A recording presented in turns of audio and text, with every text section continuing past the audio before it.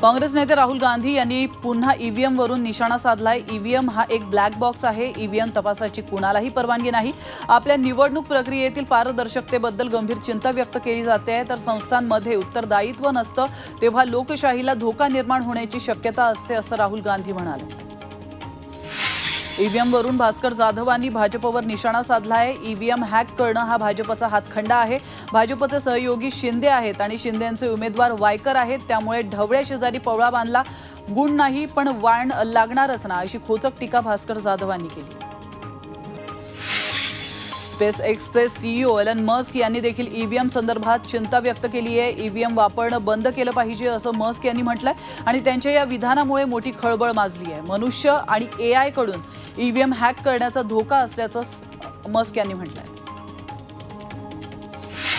रत्नागिरीप्रमाणेच कणकवलीतही banner वॉरचं लोण पसरलंय। कणकवलीच्या शिवाजी चौकातही बाप बाप होत आहे अशा आशयाचा बॅनर लावण्यात आलाय। शिंदे गटाच्या बॅनरला राणे स्टाईलने उत्तर देण्याचा प्रयत्न बॅनरमधून करण्यात आलाय।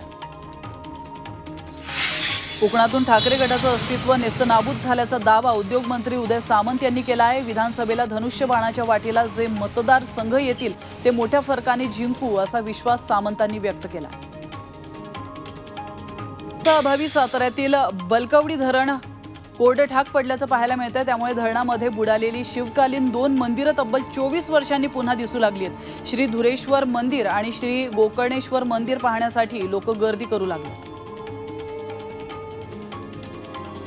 तर मावळमध्ये पावसाअभावी नैसर्गिक धबधबे आटलेले आहेत, त्यामुळे पर्यटकांची संख्या रोडवली आहे।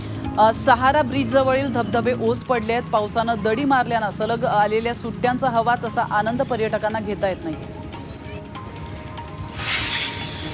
वीकेंडमुळे जुन्या मुंबई पुणे महामार्गावरील कार्ले फाटाजवळ वाहतूक कोंडी झाली आहे। 1.5 ते 2 किलोमीटर पर्यंत वाहनांच्या रांगा लागल्याचं पाहायला मिळत आहे। यामुळे वाहन चालक त्रस्त झाले, तर सलग आलेल्या सुट्ट्यांमुळे मोठ्या प्रमाणात वाहनं रस्त्यावर आल्यानं वाहतूक कोंडी झाली।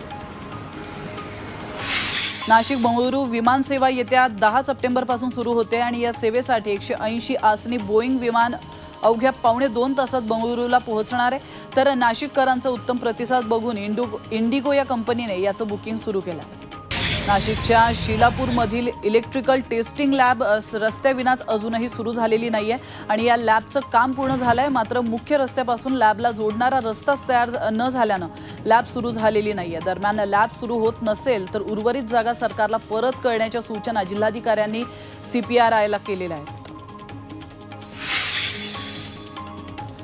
तर इंदापुरातील फॉर्च्यून डेअरीचा परवाना तात्पुरता स्थगित केल्याचा खुलासा डेअरी संचालकांनी केलाय। आईस्क्रीममध्ये मानवी बोट सापडल्यानंतर यमोने या आईस्क्रीम बनवणाऱ्या सर्व कंपन्यांचा पुरवठा तात्पुरता थांबवलाय, तर FDI कडून पुन्हा परवाना घेणार असल्याचं संचालकांनी स्पष्ट केलंय।